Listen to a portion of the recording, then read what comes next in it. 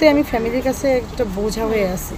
বুঝি নাই তো যে বাবা মা যদি বয়স হয়ে যায় তখন একটা মেয়ে যদি তাদের ঘাড়ে চলে আসে অবশ্যই সে বোঝে। অনেকের বিয়ে হচ্ছে না, আর আমার যেহেতু হাজব্যান্ড মারা গেছে, বিয়ের জন্য যেখান থেকেই আসে না কেন ওনার মোটা অঙ্কের পণ চায়, এটার কারণে আমার বিয়ে হচ্ছে না। যদি আপনারা পারেন একটা ভালো ছেলের হাতে আমাকে তুলে দিতে, আমি অবশ্যই বিয়ে করব। প্রিয় দর্শক, আমাদের ক্যামেরার সামনে দাঁড়িয়ে আছে এক বোন, তার সাথে কথা বলবো, তারই জীবন গল্প শুনবো। আসসালামু আলাইকুম।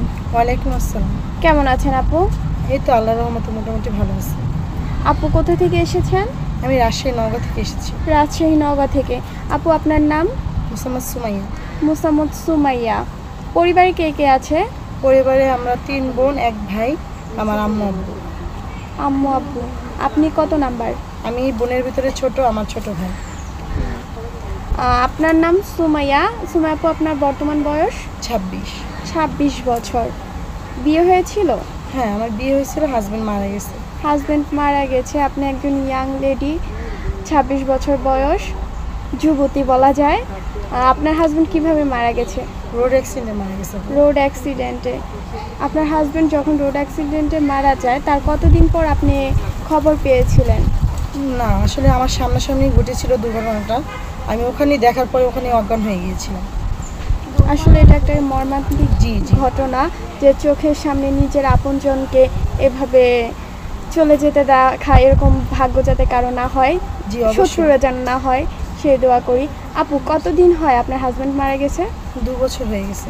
2 বছর হয়েছে। জি। 2 বছর। আপনার বর্তমানে তাহলে আপনি কার কাছে আছেন? ফ্যামিলির কাছে নাকি শ্বশুর বাড়িতেই আছেন? না, আমি শ্বশুর বাড়িতে নাই, আমি আমার মা বাবার কাছে আছি। মানে আমার শ্বশুর আমাকে পছন্দ করে নিয়েছিল, যে আমার হাজব্যান্ড আমাকে পছন্দ করে, পছন্দ করার পরে আমার শ্বশুরকে বলে।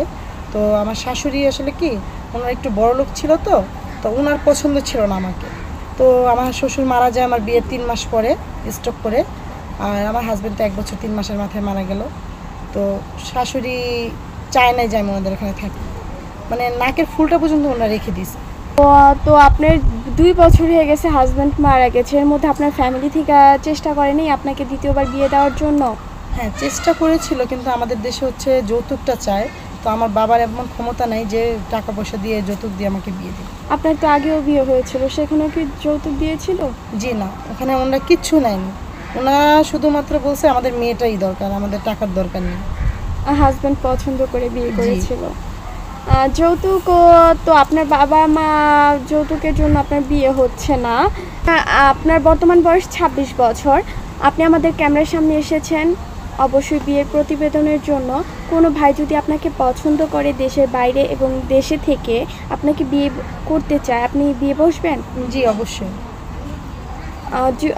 দেখেন, আপনার হাজব্যান্ড মারা গেছে, অনেক ক্ষেত্রে হয় কি যে আপনাকে বিয়ে করবে, আপনার বর্তমান বয়স যেহেতু 26, মোটামুটি একটা ভালো বয়স, সেখানে যদি তার বউ মারা যায় বা বিদেশে থাকার কারণে অনেক ভাইদের বউ পরকীয়ায় জড়িয়ে পড়ে, বউ চলে যায়, ওরকম কোনো ভাইয়া যদি আপনাকে বিয়ে করতে চায়, আবার সেক্ষেত্রে থাকতে পারে কি ওনার পক্ষে সন্তানও থাকতে পারে, ছেলে মেয়ে থাকতে পারে, আপনি কি সেটা সহ গ্রহণ করবেন? জি অবশ্যই, কারণ সন্তান হচ্ছে আল্লাহর দান, কেউ কায়দাও পায় না একটা বাচ্চা। আমি যদি সেখানে একটা বাচ্চা পাই, আমি অবশ্যই নিজের সন্তানের মতো মানুষ করব। এমনও তো হতে পারে আল্লাহ যদি আমাকে কোনো সন্তান না দেয়। আলহামদুলিল্লাহ, আপনার মন মানসিকতা অনেক ভালো। প্রিয় দর্শক, যারা আপুকে দেখছেন দেশে থেকে এবং দেশের বাইরে থেকে, আপনারা যদি আপুকে পছন্দ করেন তাহলে আমাদের হোয়াটসঅ্যাপ নাম্বার দেওয়া আছে, সেখানে আমাদের সাথে যোগাযোগ করবেন। আপু আমাদের অফিসে বেশ কয়েকদিন থাকবে, আমরা যোগাযোগ করিয়ে দিব। আপু, আপনি কোন বয়সের ছেলেকে বিয়ে করতে চাচ্ছেন?